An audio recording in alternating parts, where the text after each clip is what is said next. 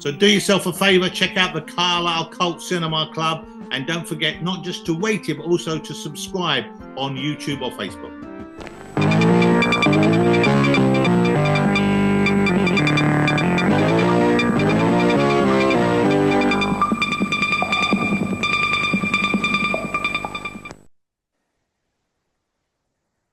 Good evening, ladies and gentlemen, and welcome to the Carlisle Cult Cinema Club Presents. And on this episode, you've got the four of us reprobates talking about our favourite Little Monster movies from, the last 50-odd years. It covers, and there's some cracks as well. Clive's picked Don't Be Afraid of the Dark. Paul's picked Pirahna 3D from 2010. Woff's picked Krites, and I've picked my favourite of them all, Ghoulies from 1984, an absolute classic. So let's get kicked on. We'll start off with Clive, Don't Be Afraid of the Dark from 1973.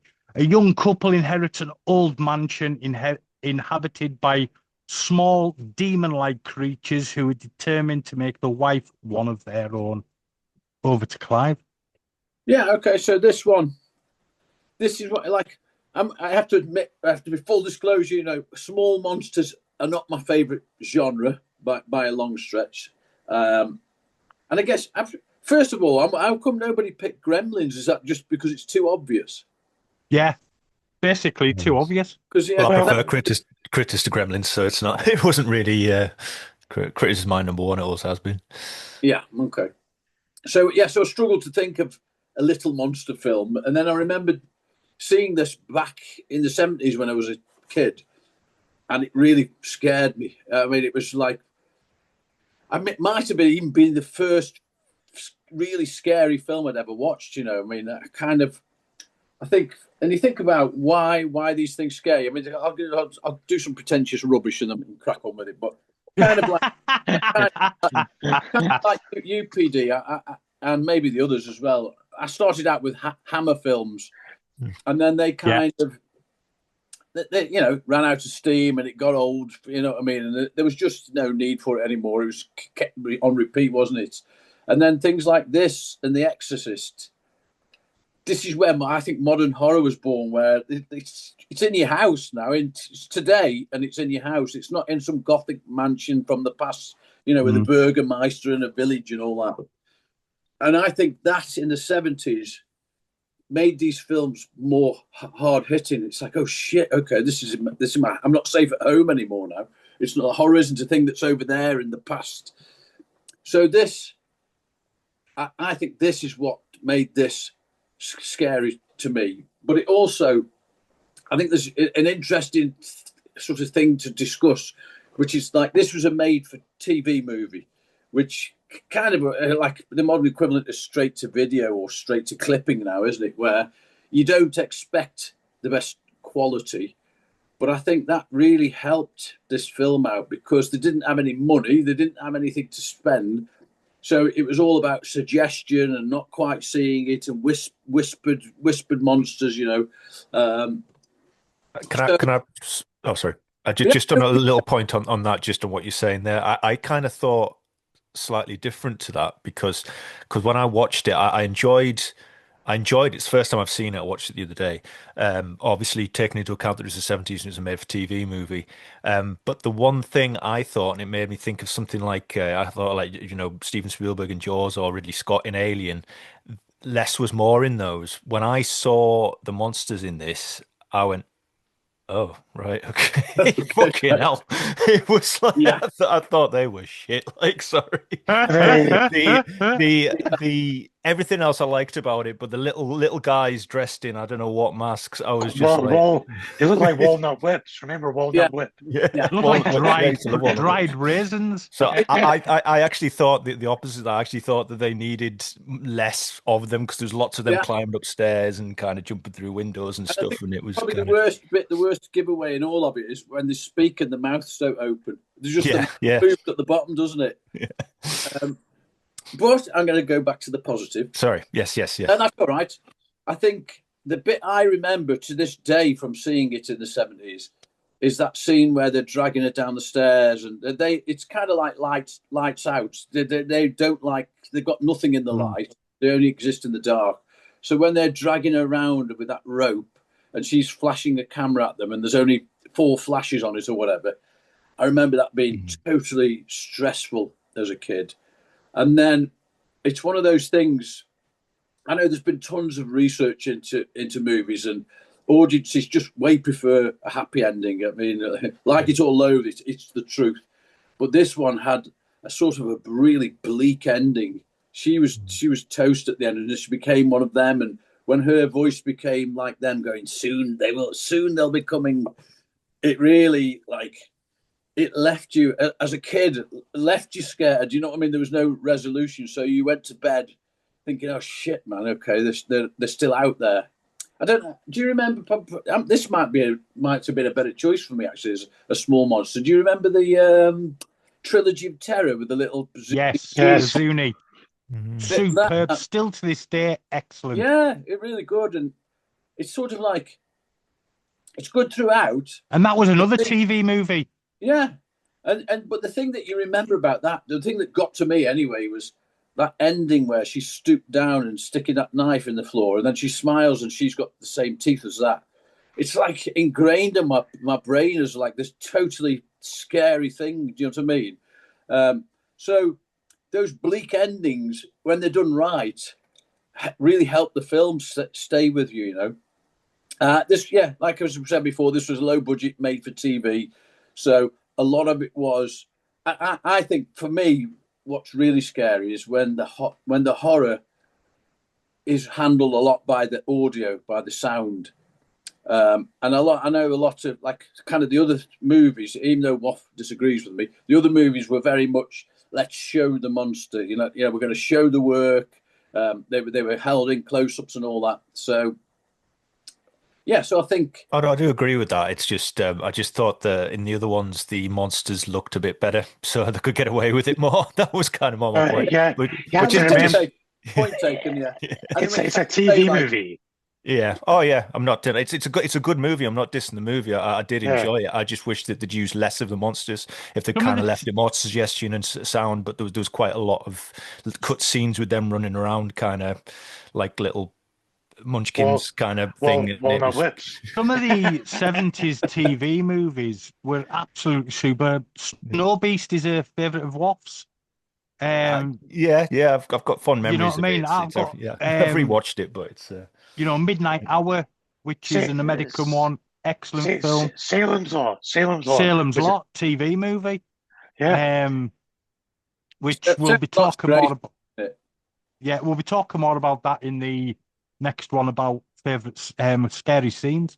But anyways, no, I thoroughly enjoyed Don't Be Afraid in the Dark. I can remember watching it back in the kind of late 70s, early 80s. And I think I've seen it once since. Kim Darby, excellent actress who plays the main woman. She became a genre. She became genre. She was in True Grit with John Wayne. She played Maddie. Yeah. And I think I seem to remember her as like a familiar face on TV. So it's another one of those, like they did it in Salem's Lot, where it was Jeffrey David Stroll, where you know these people as like nice, kindly, neighbourly. Yeah. And when they chuck them in a horror film, I mean, maybe it's not the same nowadays, but it kind of had an effect. It was like the Waltons, but there's a slasher in there, and you're like, oh shit, what? Mm. And she went on. She did Better Off Dead. Teen I was going to say, Evil Within, one of the Halloween films. I don't know which one of the sequels. So she became like a horror lady. So I wonder if this was her horror career kicking off then. You know, I gotta tell you, I didn't look right into her. It's very Hammer House. Like Hammer House launched a lot of, and that was kind of an American Hammer film. Yeah. So I know you said just before we started the podcast, Paul, that you accidentally watched the remake, which I did remember going to see, but I cannot remember a thing about it. How did that come? I'll be honest, like, the reason I like the original, I think, better is because it takes me back to being a kid. You know, that was my growing up as a 8-year-old, or I was too young to. I would have been like 4 when that came out. But it's very Hammerhouse of horror. I liked it. And you have to remember, back then, those monsters, even though we think they might look shit today, back then it was terrifying because you had nothing to compare it to. Yeah, you had nothing. That's it.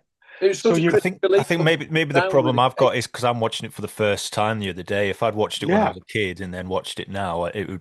But I mean, I'm not dissing it. I do like it. I just wish they'd used monsters less. But if you watch The Evil Dead today, you can tell it's claymation. It's clay. But back in 81, whenever it came out, 83, you just were horrified. People were fainting because you just had nothing. We had three channels. Yeah. So, there was no internet.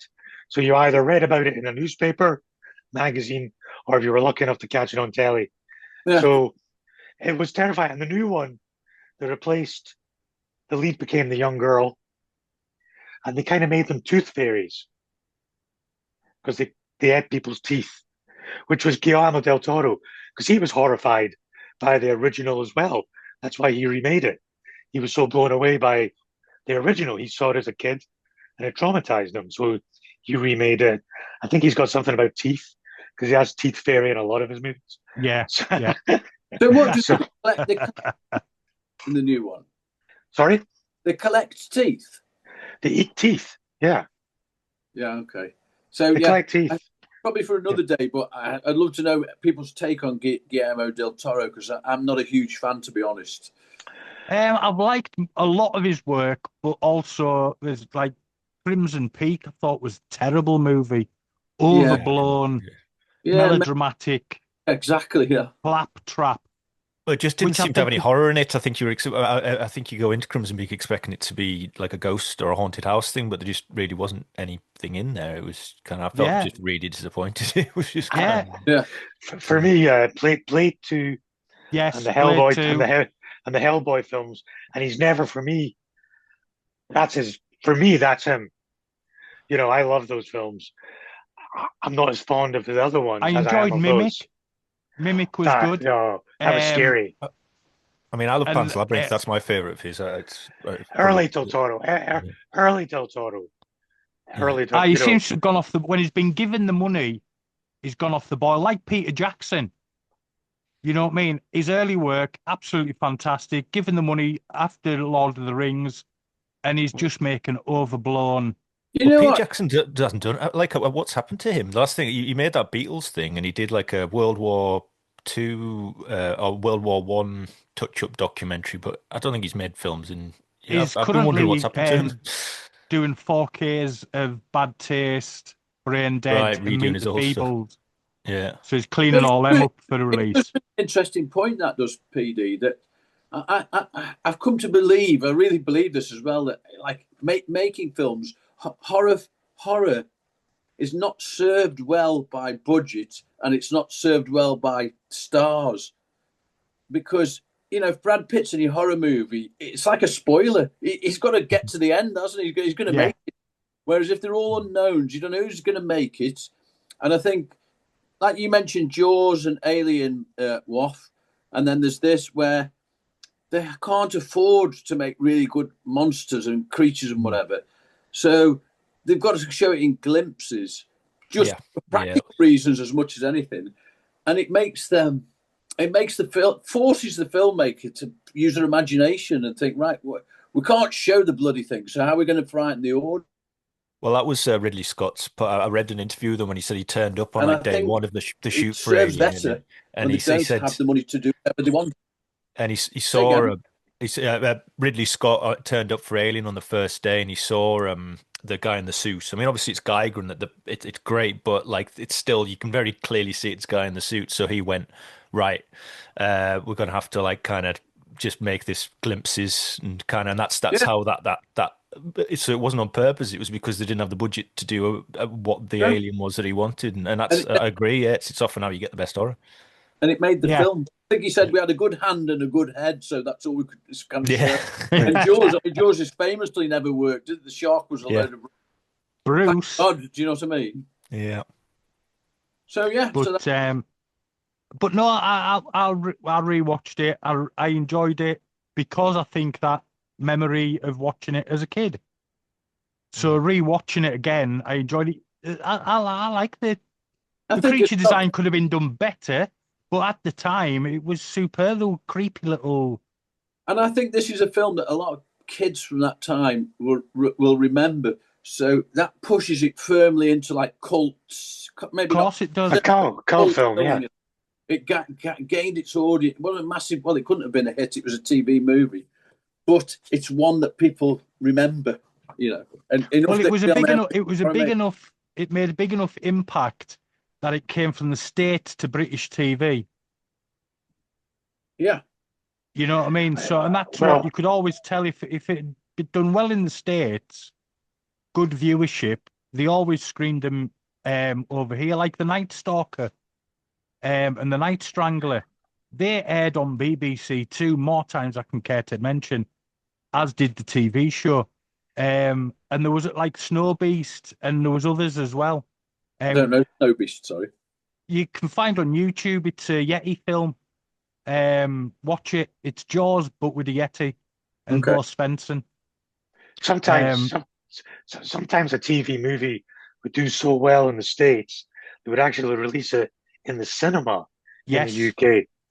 So Battlestar Galactica, the pilot, the original 78 show, went to the cinema, here. Right. Spider-Man. Spider-Man, they took the first 2 or 3 episodes, Put them compiled them. together, and I seen it on the cinema. Yeah. And they double bill them as well. Yeah. Spider-Man was a B feature to Bedknobs and Broomsticks. Yeah. With when I seen it. Nicholas Hammond from The Sound of Music. That's it. Was- That's it. with With Spider-Man. So anybody got anything else to say on Don't Be Afraid in the Dark of the Dark, sorry. I've got some other points, but I'm going to tie him in with the other films, I think, and keep knocking back to, if that's all right. Yeah, that's fine. That's fine. Don't be afraid. It's been restored. So there is a restored version of the TV movie, Don't Be Afraid of the Dark. And I think that's probably got a lot to do with Guillermo del Toro, because if he makes a film and it's a remake, people want to see the original. Yeah, that's it. Yeah. So, and yeah, I think that's and the lead actor. It's annoying me. She went on to be in one of the Halloween films, maybe Resurrection or something. It's going to annoy me. It's just going to annoy me. So I know Kim Darby. She was a good actress. She played John Cusack's mum in Better Off Dead. Yes. Oh, right. Yeah. Yeah. Who couldn't cook very well, and yeah, she was played opposite John Wayne, True Grit. That was her start. I'm not a John Wayne fan. I must admit it. Was she the young girl? Yeah, she was the little girl in True right. Grit who hires him.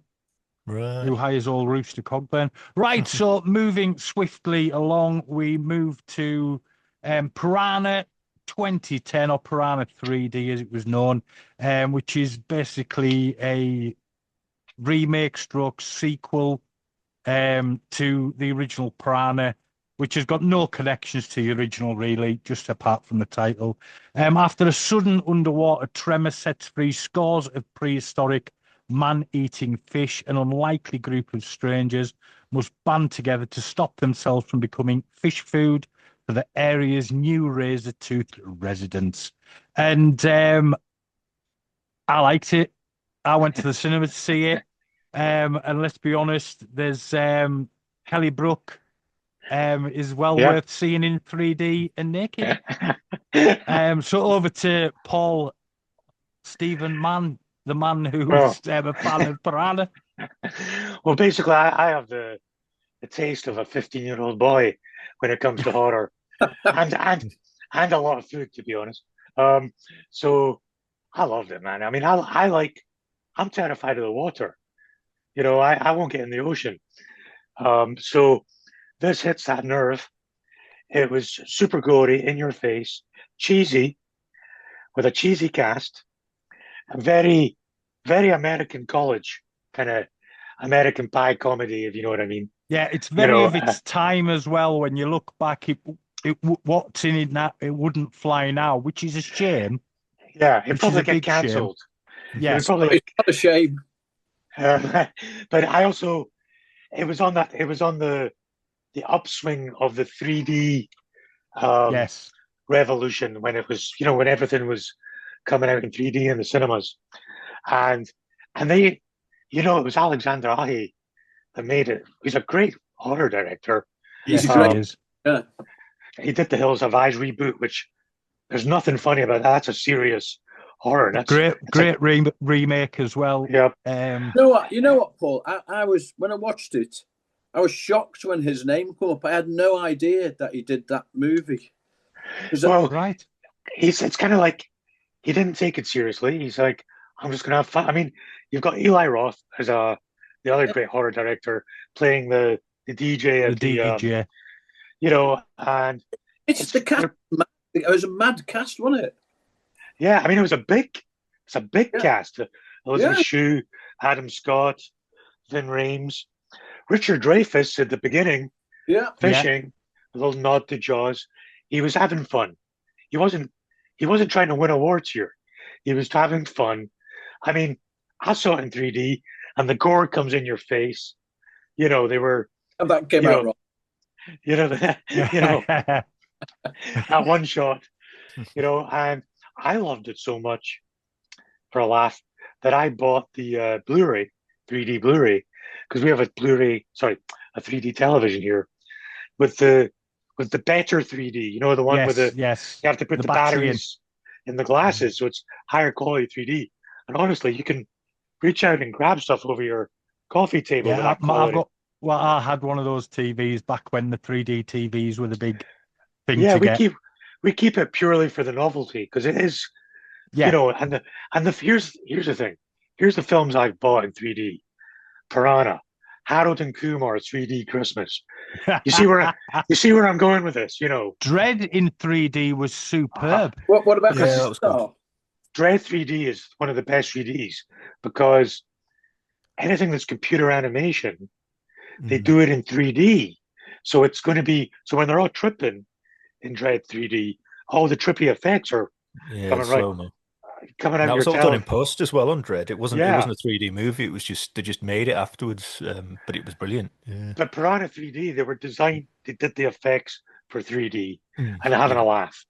And the gore, it's KNB, who are top special effects guys. The gore is top of the line gore. I mean, the bodies, it's crazy. Skin peeled off her head. It was like bloody hell, man. Yeah. Yeah, I mean, they went for it, They left nothing to the imagination. Christopher Lloyd's a mad scientist, great cat. I mean, you have to understand this was made for people are not going to go see this film and go, I didn't believe it. They're walking out the theater going, that was hilarious. That's what they're saying. And it made good money. It was a hit. It spawned a sequel 3 Double D. Yes. Says it all. The title says it all. Which had the lifeguard is David Hasselhoff wearing his Baywatch costume. So that's it. And then and it's all for laughs. You mentioned Dreyfuss at the beginning. I noticed through the film many nods to Jaws. To be honest, completely. Nods to Jaws. Just the story. I think that's probably where that's the biggest nod. Really, it's like the party must go on, even though there's a threat in the water, and you know what I mean. And they're losing under it. And they even had, in Jaws, what a dolly zoom means? That's dolly zoom shot. Yes. Yeah. They had one in Pirahna that was just aping the one out of Jaws. It's like a famous shot in Jaws, and they put one in the Pirahna 3D. So I thought this guy's firmly got his eye on Jaws. Well, he's obviously a big Jaws fan because he also made a film called Crawl with a giant alligator in the basement. I see that as well. Yeah, that's a great film. Yeah, really good. I mean, he's really producing it. This guy's an amazing film director. He's working on Crawl 2 at the moment. Yeah. So you have to understand what he was like. He wasn't doing this to be a serious horror. This was fun, I mean, it's and the guy, I forget his name, who plays the filmmaker. It's Yeah. based on Jerry O'Connell. Jerry O'Connell. That character he's playing is based on a guy called Joe Francis, a real piece of shit that made in real life. In real life, he made all the Girls Gone Wild. Yes, I know. I know that. He was a character, wasn't he? Yeah, and he was based on Joe Francis. But the 3D cock gag to do with him is hilarious. When he looks down, that one, yeah, penis. Yeah. I've got to bring this up though. The gratuitous naked mermaidy thing. I'm going to sound like a right prude, but I hated that scene so bad. It's like, why would you put porn in my horror movie? Like there's a comedian called because it's a throwback to the 80s where there was lots of tits and ass and nakedness. So in them films, I found it uncomfortable myself. I also think rude, in America, especially when I lived there in the 90s, late after midnight, you get these 20-minute infomercials for Girls Gone Wild, which all it was this guy going around nightclubs, spring break, and all these drunk girls, and they would pull their tops up. And this guy became a multi-millionaire by releasing these videos of girls getting their boobs out. He's now, I think, in prison because he was doing because he was transporting young girls across state lines, and he a lot of them were not of age, and he ruined. He's a piece of shit. He ruined lives. Because these girls are now 40 odd trying to get jobs, and this stuff exists online. I actually did some work for a documentary, a takedown documentary about him. He was an awful guy, and they played Jerry O'Connell, and that's what in reality was happening. Because he was totally likable, wasn't he? And it was all that gratuitous, like drinking, tequila, belly button, and all that. And it's so. I think there's a Me Too line, isn't there, where you they can't do that anymore. It's kind of we've woken to it a bit. But we're all kind of wishing that really was Joe Francis that got his dick bit off. Because he was a piece of shit. Spat out as well, didn't it? And then that's it. So I think that was part of it, and it was meant to be deliberately gratuitous. It wouldn't fly today, but this was 2010. And it was just a laugh. D. You could cutting that scene would not affect the film at all. No, it would improve it to me. And then you think, because these are scenes you remember for obvious reasons, but the other one that you remember is that fucking huge massacre, and it's like relentless 10 minutes of massacre, isn't it? Which is great. And that's kind of what you pay your money for with Pirahna 3D, isn't it?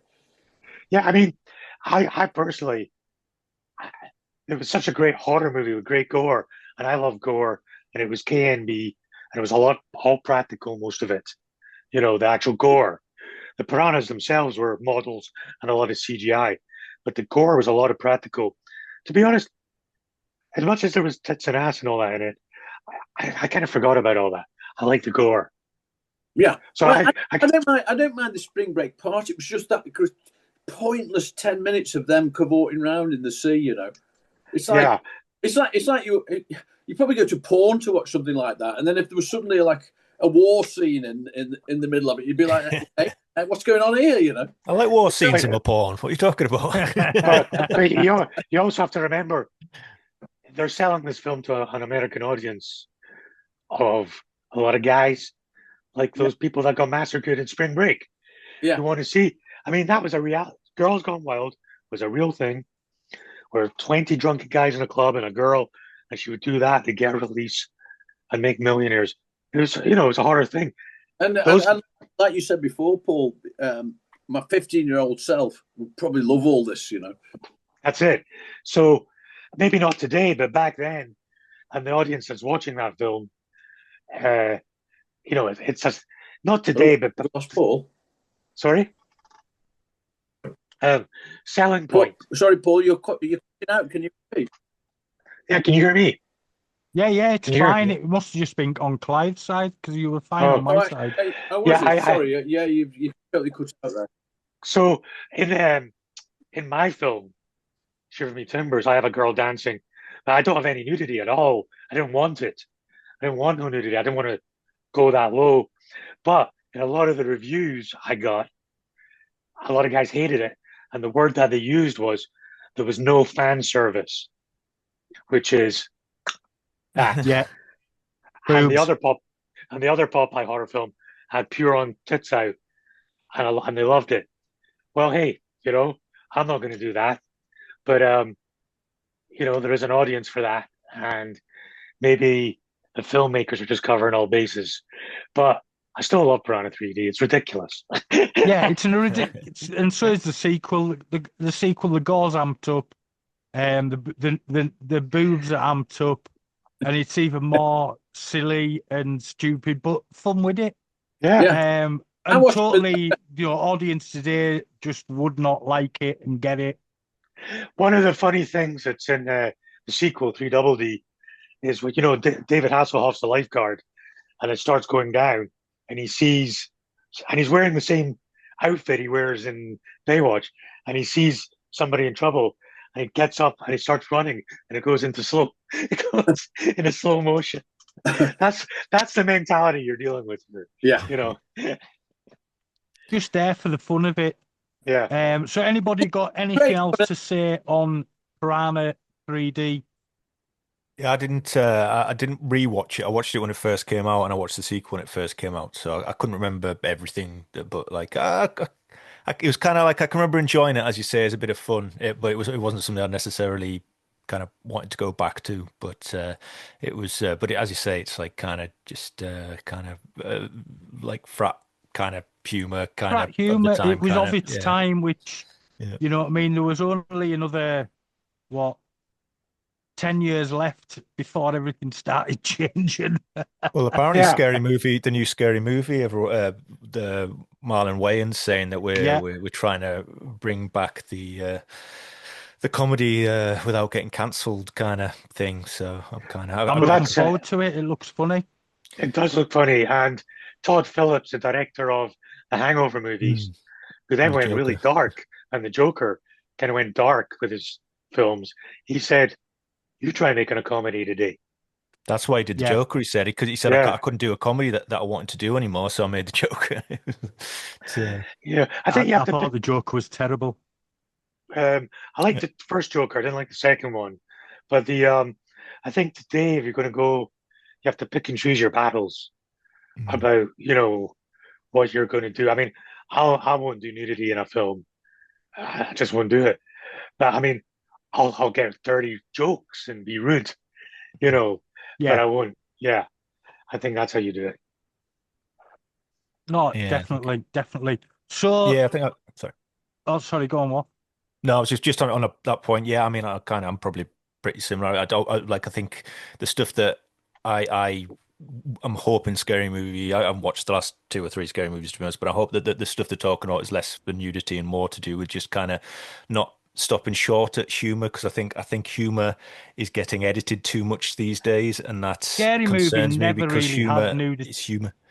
Scary Movie No, yeah, never no, really had nudity no. in I them at mean, all. it was just kind of. I'm agreeing with Paul's point, really, Yeah, that like all right. that's less than what I'm not bothered that there's less nudity in films these days. Although there is more cocks than there ever has been, I have to say, in films these Yes, days. yeah, it's gone the other way. It's gone the wrong way, hasn't it? Because I think, Especially with yeah.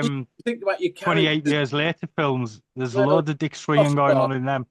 And it's Oh, like, yeah. like if your characters that I know, the last thing in the world I want to see is you guys naked having sex or whatever.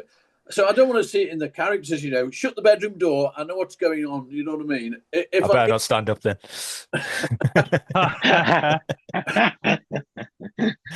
So, right, anybody got anything else to say on Piranha? No, yeah, great. Can be top of the line Excellent special effects. Yeah. Greg Nicotero, top of his line, who started off as Tom Savini's assistant. Yeah. That's how he got his start in the business. I love that story. That's it. I'm done. There we go. Right then, so moving on to yet another cracker from the 80s, 1986's Critters, a group of small but vicious alien creatures called Krites escape from an alien prison transport vessel and land near a small town on Earth. Pursued by two shape-shifting bounty hunters, the carnage will begin. And they're Critters, excellent little monster movie. Over to Woff. Yeah, this is one of my childhood favorites. Really, I always, like I said at the start. I mean, obviously, I love Gremlins when I was a kid as well. But Critters really, I don't know, it just got me more. I just loved the Krites. Um, I love the setup. The kind of it's got that typical kind of small town Well, you're a gets. farm boy. You're a farm Well, boy, yeah, Woff. So yeah. Well, it's all Have you about been being there? on a farm. set in a rural area, then I'm all for it, or a mountain. And it just hit me because it has elements of humor in it, which I like. So it wasn't kind of taking itself seriously. I love the creature design. It's the brothers, isn't it, that did Killer Clowns that did the Yeah, creatures, isn't it? Chioda. yeah, We're something never like quite that. sure how to pronounce it. We've had we've had this We've Yeah. had this I'll discussion let someone before, else so pronounce it. I'm not going into it. Yeah. They also Um, did Team America. oh, did they? Yes, they worked Oh, I on didn't that, know and that. they Right. won an Yeah. Oscar just the other year for Yeah. one of their little shorts they done. Right. They're Um, really good. so they're the top guys for some old Oh, school special effect Killer Clowns, obviously, you know what I mean, Yeah. and Yeah, that's brilliant. Killer loads Clowns. of other bits and bobs in the 80s that you didn't realize.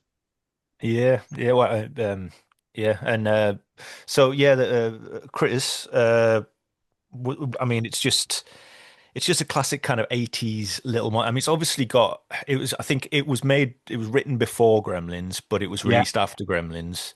Obviously, it's one of these things where you get when K9 comes out, Turner and Hooch comes out at the same time, and there's always this thing in Hollywood, and I don't really know how. I always think like, does the other studio get wind, or they're doing a guy in a dog movie? Let's release a guy in a dog movie. It's so. sometimes it's like that, but sometimes, I mean, there was two volcano movies, two meteor asteroid movies came out at the same time. But I don't think Deep that's coincidence. Impact. It happens too often for it to be Yeah. coincidence. I think that there's some kind of like someone in the studio's got a spy or something, like Well, the I think T-boy or something. it's about Woff as well because scripts get passed around and rejected, and then I Yeah, like your script, but I don't want to work with you, so I'll just sort of nick it a bit. Do you know? yeah, And that definitely goes on, absolutely goes on.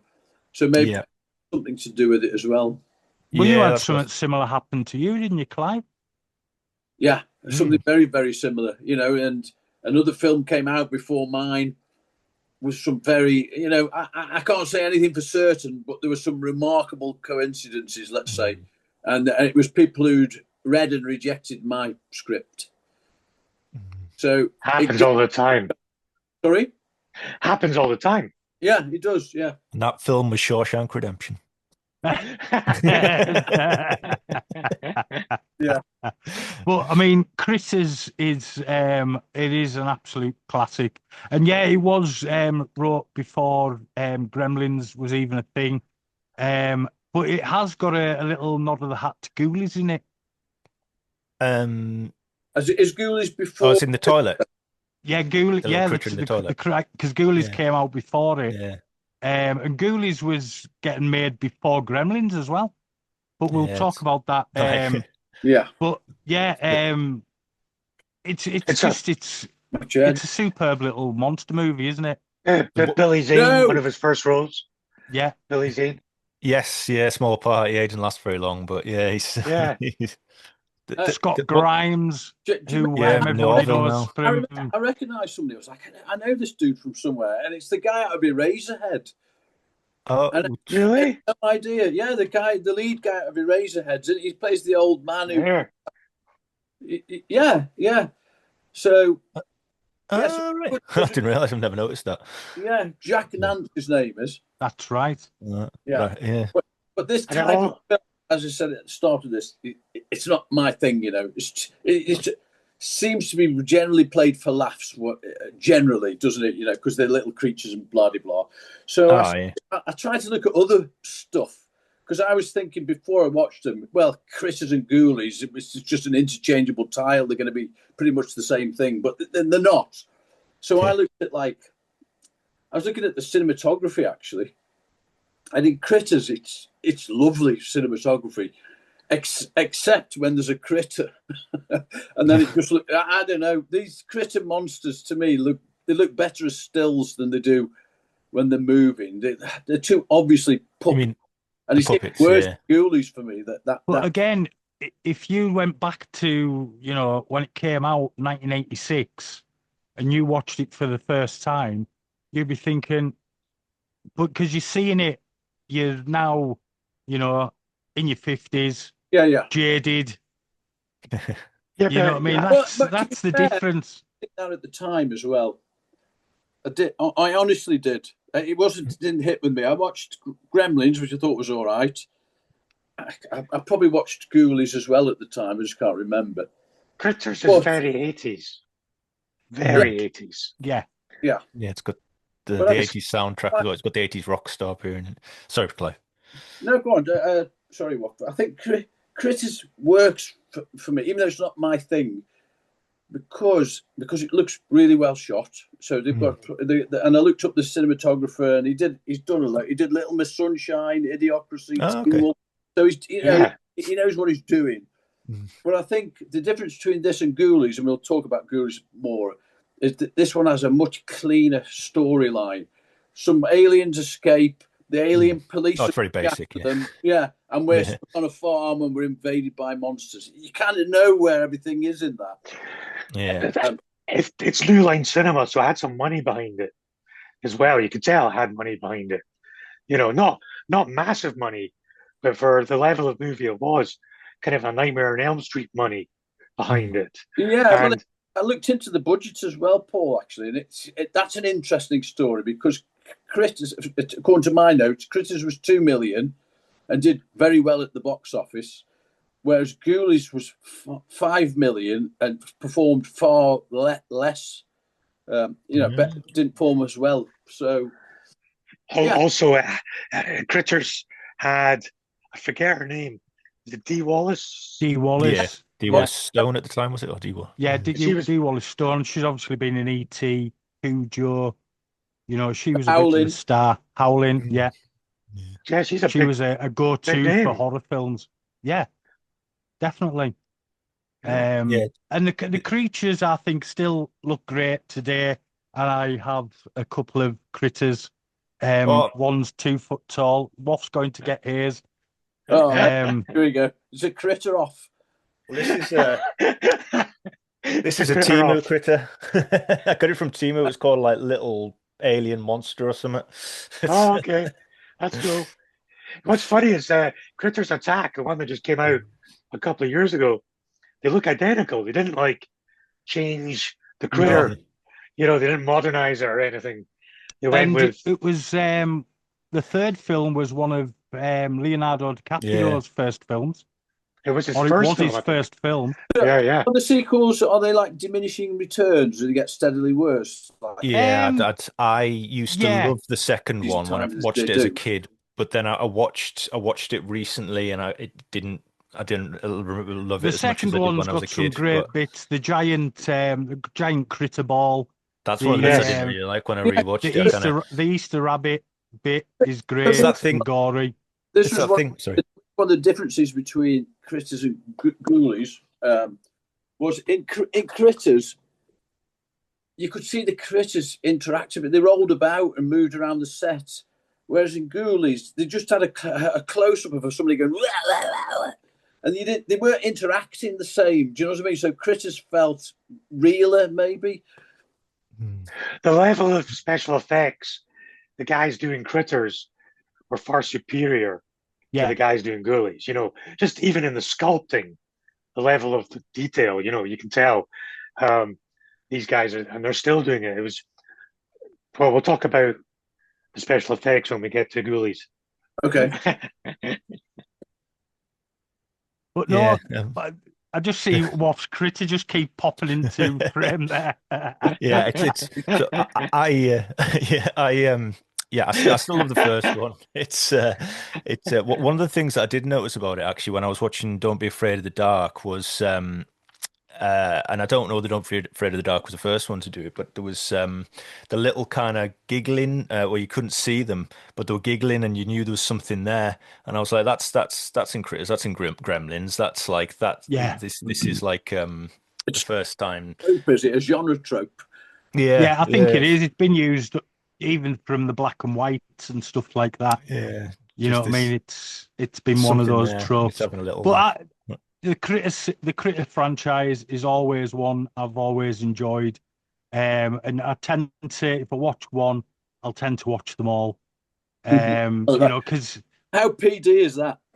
Yeah, and obviously the fourth one, they're back in space because it was always usually with these things, Hellraiser in space, Leprechaun in space, Jason Voorhees in space. That was a trope for a while. But on the fourth one, the Critters went back into space with that was Leprechaun. I think Brad Dourif was in Critters 4. It was Charlie out the first one that was back in 4 he was back in them all. He was in all four of them. The only him and Terence Mann, who played Ugg, they were the only ones who were in all 4. I watched them all back in the day, but the original's the only one I rewatch now, and I do watch every couple of years. And Emmett Walsh is in it too. He's a big Emmett Walsh is a great character actor. That's a trope in these kind of little town horror films. The kind of fat old sheriff kind of that's kind of dragged into it. Here's my trivia moment. Lynn Shay from Insidious. I thought I recognised. Yes. Oh, yes. Yeah. Who's in it? Yeah. Well, she was Bob Shay, who owned New Line Cinema. That's his sister. She appeared in Nightmare on Elm Street. She was in Critters. She was in a lot of New Line Cinema films. She appeared in. She popped up somewhere along the line, but yeah, she was Bob Shay's sister. She's in the sequel to Critters as well. She's one of the few characters who carries over to the sequel. The first sequel, that is, before Leonardo DiCaprio. So, no, Critters for me is old school, brilliant little monster creature feature, and I do enjoy the franchise. And the new one's good. The new one's fun too. Critters Attack. It's good. I mean, look at Woff. He's so happy. I like it. It's. I don't think I've seen I watched. I don't think I saw that one. I think I watched the one that was out before that, and I couldn't really get into it. So I don't think I've watched Critters Attack the last one. They make it just like they made the first one. It's all puppets. It's the same tricks, and there's like a friendly critter that gets adopted. It's all white, and fluffy. Oh, right. And that's what I think I like about it. Is they don't go CGI. They do it like it was made back in the 80s. Yeah. Which I've definitely watched with Critters. The vibe in some parts, isn't it? The way it was shot and the way it looked was kind of E.T., nice suburbia sort of. I know it's not suburbia, but a nice family home.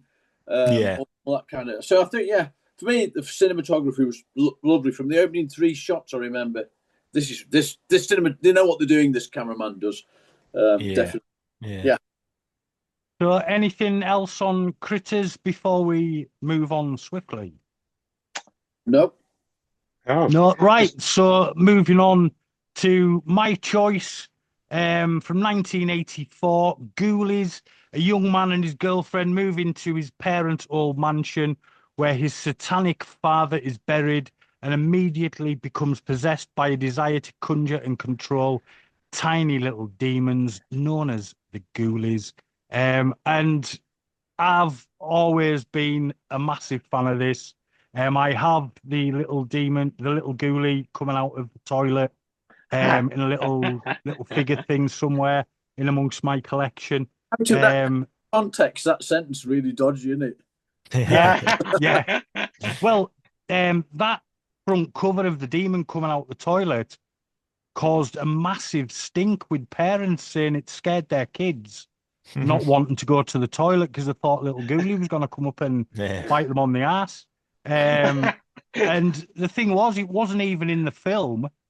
It was the suggestion of a guy who did cut the trailer for Star Wars, a guy called Gary Allen, I think his name was. And he suggested the Ghoulie coming out of the toilet, so it made the picture. And his tagline was, "They'll eat your ass."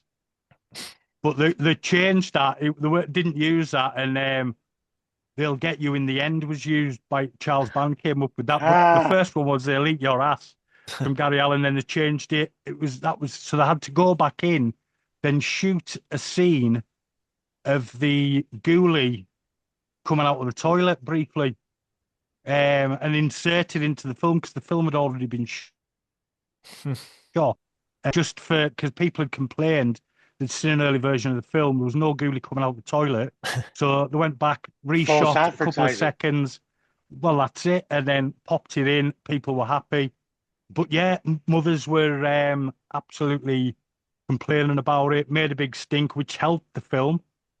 It made money. It did well, hence why we got 4 sequels. And it was originally planned to be in 3D, and they actually began filming it in 3D. And do you know that scene where they're all wearing the sunglasses around the dinner table? That was supposed to be activating your 3D glasses scene. Like they did in Nightmare 6, when she put on the 3D glasses, you put on your 3D glasses, and you saw 3D Freddy, which I went to see back in the day. And it was good shit film, but good shit as well. So yeah, they were started off filming in 3D and got so far in, and it was going to cost too much, and it was too complex filming, so they changed it. But there is a couple of bits in it, and it began life, as I say, before Gremlins, called Beasties, and Stan Winston was going to be doing the effects, but because they'd collaborated on Parasite the year before, but yeah, came up with, before they didn't even know there was a Gremlins getting made. Warner Brothers tried to sue them. Yes, I knew that story. The name of Gremlins and Ghoulies was too close to each other, which is why Ghoulies came out after Gremlins, but it was supposed to come out before Gremlins, which probably helped it a little bit. So yeah, it was, and I thoroughly enjoy it. I still do to this day. The special effects, yes, they're a little bit ropey. I thought it was done for a lot less than 5 million, as Clive said. So did I. They ran out of money. It's one point for Charles Band.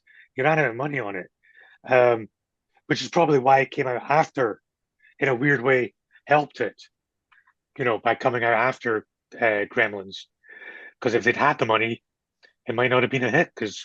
And it helped kickstart Charles Band's Full Moon. Full Moon, and distributing his own films as well, because he'd had other companies and he was never making any money. Jeffrey Combs, Reanimator, auditioned for a role, and that's reportedly how we got the Reanimator role. Charles Band on the casting, PD. I made a mistake before. Jack Nance, the guy from Eraserhead, is in this film, not yes. Yeah, I was thinking that. I'm thinking he's in Ghoulies as well. I've just realised I've made a mistake, so apologies about that. Yeah, he plays the old kind of groundskeeper guy. Exactly. And Scott Thomas is in it as well, who's mostly known as Chad Copeland in 3 of the Police Academy films. He was one of the arse lickers. He was in the original, and then he came back for 3 and 4. And he's in it as well. And there's a rock star in it who was the touring singer with the Power Station, Michael DeBars. He played the father who came out the grave and all the rest of it. And yeah, I mean, yes, looking back, again, Clive's seen it for the first time now. And I can understand why you wouldn't have enjoyed it as much as I did seeing it back in 1986 on VHS. And, you know, again, it's that VHS era and seeing it as, how old was I, 1986? 12. So I was a 12-year-old kid, right up my alley. This And yes, it's on VHS, didn't it, PD? it was a big hit on VHS. At the picture. No, it was massive on VHS. Yeah. Absolutely huge on VHS. It made a lot. It was a heavy renter. If you walk into a video shop, you're 12 years old, you're into horror movies, and you're looking at all the covers on the wall, and there's one with a monster coming out of the toilet. Yeah, that's what you're reaching for it. Yeah, that's it. I think Post did all the work for this one, didn't it? Yeah, it was genius marketing, that poster and front cover of the VHS and everything. Yeah. And it's just silly good fun. One of the little people, do you know those two kind of little people in it? The lassie of the two, she was one of the people in the ET costume. Oh, okay. As well. But now you mention them, PD. I think this is my main problem with Ghoulies. My main problem. I've got a list actually, but I apologise, PD. No, it's all right. This one is the story's really messy. If you think about it, the Ghoulies don't play a big part in it. It starts off. What does he do? He inherits a mansion, and then he does some occult rituals, and then these demons appear. Then the two small people appear, and you're like, well, what the hell's going on here? You know. Well, the Ghoulies take out quite a few of the people in it. The underwater one in the ponds and all that kind of, you know what I mean. And then there's Bobby Barisi turns up with the blonde hair and the green eyes, and she does her thing. And she was in, I think it was Mausoleum as well. Was it Mausoleum? She was in another film. I can't think what it was. But yeah, it's just, again, a film. It is, yeah, I'll agree, watching it back, it is a little bit messy script-wise and story-wise. But the Ghoulies are in it quite a lot. But it still tells... Sorry, go on. And I was going to say, there was a couple of films that came out around about the same time, Ghoulies being one of them. And it felt like they'd taken two stories and smudged them together. Yeah. So there's a whole satanic thing, and then there's the Little Monsters, and they've kind of like... And there was another film. Was one that felt... It's very like Spookies, even the way it looks. It's like what, sorry? Spookies. Spookies, I've never heard of that. Spookies was a famous film that they'd started filming this film called Twisted Souls. They'd got a British guy involved who ran Vipco Video, who was massive on the early VHS days. They put out Zombie Flesh Eaters, the Bogeyman, and loads of other classic kind of horrors as well from that time.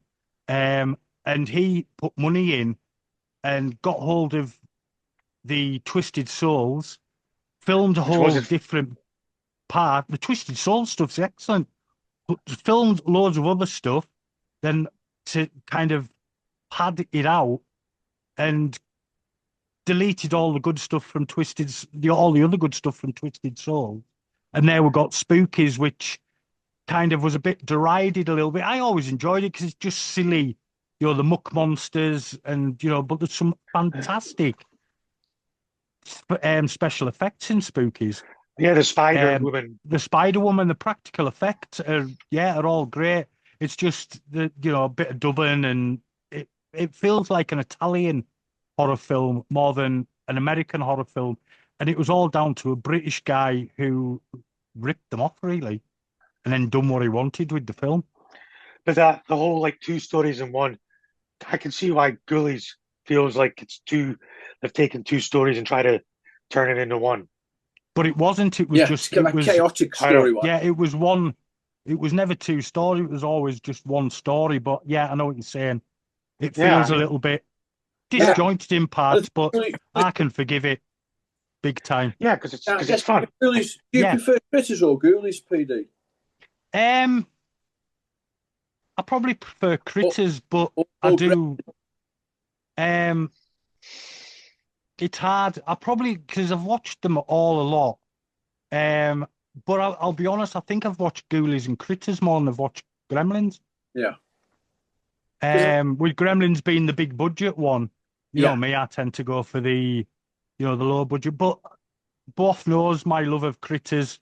I've got a 2 foot tall critter. I've got a few little ones. That's no way to talk about your wife, PD. Oh, she'd kill you. Oh, you say that to Kerry's face, you know she'd do you in geezer. I wouldn't say.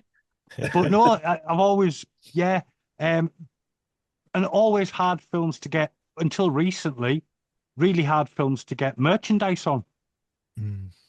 Well, for Ghoulies, up until for Ghoulies is very hard to get merchandise on. Team all the way. Critters is a lot easier. But no, I've always, and again, four Ghoulies films. 2, I've just got the director's cut to watch. 3, they go to college. And 4's directed by my old pal, Jim Wynorski. And he brings back the original Peter Graves, Jonathan Graves, sorry. Did John Carl Buchler, this special effects guy from Ghoulies, didn't he direct one, or am I? No, he directed Troll. The first Troll, which was a close one for me. Yeah, because that nearly was because excellent stuff. The first Harry Potter, and he also directed Friday the 13th Part 7. You know, the Carrie versus Jason Voorhees. Yes. One. Which is Friday the 13th this Friday, guys. So I hope you're going to watch Friday the 13th film. Part 6 is the best. So yeah, Ghoulies has always been, but I've always been a big Empire Pictures fan, and Full Moon fan. I like he does a lot of Little Monster films. Does Charles Band, Puppet Master films? So for me, Ghoulies, because I knew this wasn't my thing going in, and I was looking at other stuff like story structure and cinematography, all that boring movie geek stuff. I thought this film highlighted a thing for me, besides story, which was like, I was thinking at the time, how am I going to compare Ghoulies with Critters? In my head, they were the same film, but Critters is done slightly better, and I think it's because when this guy's doing his ceremonies, it's so obviously a studio. It looks like a sort of little cheap stage where... Yeah, that looks like... Whereas the location they got, they were allowed to use anywhere on the estate. But yeah, that little bit does look like a soundstage. Yeah, and even Don't Be Afraid of the Dark, they found a house and suddenly all that set dressing and all that, it's kind of done for you. So it immediately looks better. You've just got to light it and shoot it right. And I thought, so visually, Ghoulies suffered, I think, from that. That would look really studio-y. And I think the Muppet puppets weren't as good. I wrote down here, Muppets covered in Vaseline. And you could kind of see that the mouths were rubber. They weren't like mouth. And I think I can't forgive that these days. Sorry, Paul. Charles Band, it was the king of low budget. He was like, there was Charles Band's here, Roger Corman was here, you know. So Charles Band was working his way to the middle. You know, who's the top one? What's that? Who was the top one? Roger Corman, who was also low budget. Yeah. You know, but Charles Band was a different level of low budget. Yeah. Okay. You know, and he basically had a giant warehouse in Hollywood where he would shoot all his movies. So that's why it looks like a set, you know. He just had a giant warehouse and, you know, to get stuff out of storage. I had a couple of friends who did special effects for him, and it was just a factory. And that's like the other little monsters he did was demonic toys. Yes. You know, so which crossed over with Dollman. which was another one, Demonic Toys and Doll Man, and the Demonic Toys and the Puppet Masters crossed over as well. So they're just reworking the armatures from one film for the next film. You know, it was a factory, filming features and that. So, but they're fun. You know, Yeah, I've read his book. I read his book all about Empire Pictures, and it's a great little read because obviously they were all the films I grew up watching as a kid. But yeah, Ghoulies for me. I know Clive isn't a fan, but me and Paul still enjoy it. What about what thoughts? I haven't rewatched it, but I have seen it 2 or 3 times in the past. It was also one that I didn't. It was probably I enjoyed it, but it was also behind Critters and Gremlins in terms of the ones that I liked. And I think probably, although I definitely enjoyed it a lot more than Clive by the sounds of it, but I think it probably was the story I like. I think Clive kind of got something there that I was kind of like. It was also a bit kind of confusing and a little bit disjointed. There is a simplicity to Critters that maybe I like because I'm a simple kind of guy. But you also have to audience like that. To be fair, Woff, you need a clear through line in your story on the page, and it was the kind of culty stuff. Yeah, just kind of seemed a little bit. I don't know. I'd see like more Ghoulies just kind of doing ghoulie stuff. And although I can kind of see the movement, I can kind of see what you're saying. I thought the creature design, I quite liked some of the main green one. I always thought was quite a cool looking little dude. I suppose he is a bit of a Vaseline Kermit, but he's a cool little Vaseline Kermit. I love it. I love it. When they move, I think they look great on a still, but when they move, it's so clearly a puppet. And I know this is a kind of sort of discussion we have on this podcast where it's CGI versus, puppetry. And I think they both have shit versions of them. I think the best ones, it's kind of like Pirahna 3D, the best ones, or Jurassic Park, when they combine everything. But I think these old critter type movies, there's a nostalgia to knowing that the puppets, I don't know if they're even played to be believable, because these films are not frightening, are they? You don't think, oh shit, there's a critter. They're kind of... No, they're a roller coaster ride. They're a popcorn movie. Hooping and laughing. Exactly. When you're 13, 14, and you went into the video shop, and this is pre-Blockbuster. This is when it was still ma and pa shops, and it was a big wall, and it was either get, Ghoulies or Critters, or go home and watch To the Manor Born on BBC Two. These films were great. Bit of Richard Byers. Can't beat it, man.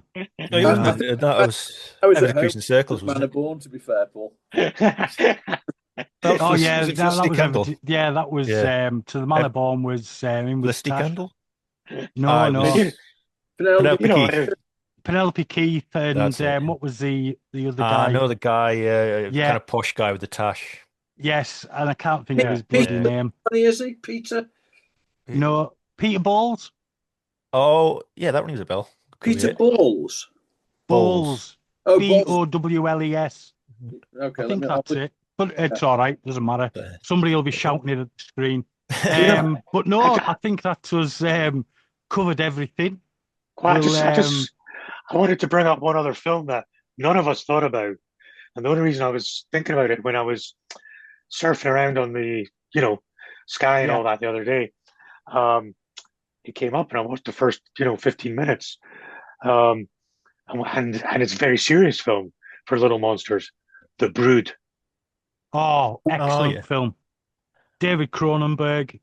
Oliver Reed. Creepy little... You know what? I would have probably chose that had I remembered it. I haven't seen that since it come out, but I remember that being quite dark, just in the memory. Oh, well, we'll have to do a David Cronenberg episode because we've not done one yet.